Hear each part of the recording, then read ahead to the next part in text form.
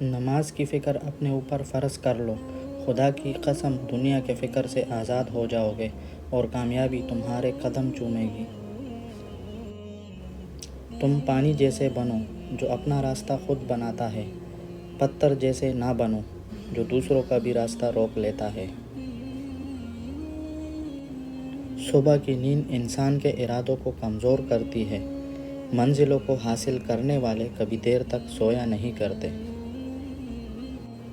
اللہ کہتا ہے، کسی کو تکلیف دے کر مجھ سے اپنی خوشی کی دعا مت کرنا، لیکن اگر کسی کو ایک پل کی خوشی دیتے ہو تو اپنی تکالیف کی فکر مت کرنا۔ وضو جوانوں کی طرح کرو، نماز بوڑھوں کی طرح پڑھو اور دعا بچوں کی طرح مانگو۔ علم وہ نہیں جو آپ نے سیکھا ہے، علم تو وہ ہے جو آپ کے عمل و کردار سے ظاہر ہو۔ سب سے بڑی حقیقت، صرف ایک ہی شخص آپ کی زندگی کو بدل سکتا ہے اور وہ آپ خود ہیں۔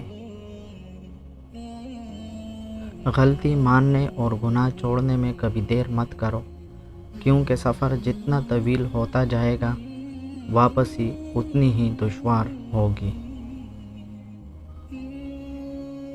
حضرت علی رضی اللہ تعالیٰ عنہ نے فرمایا، کبھی نہ گرنا کمال نہیں ہے، مگر گر کے سنبھل جانا کمال ہے۔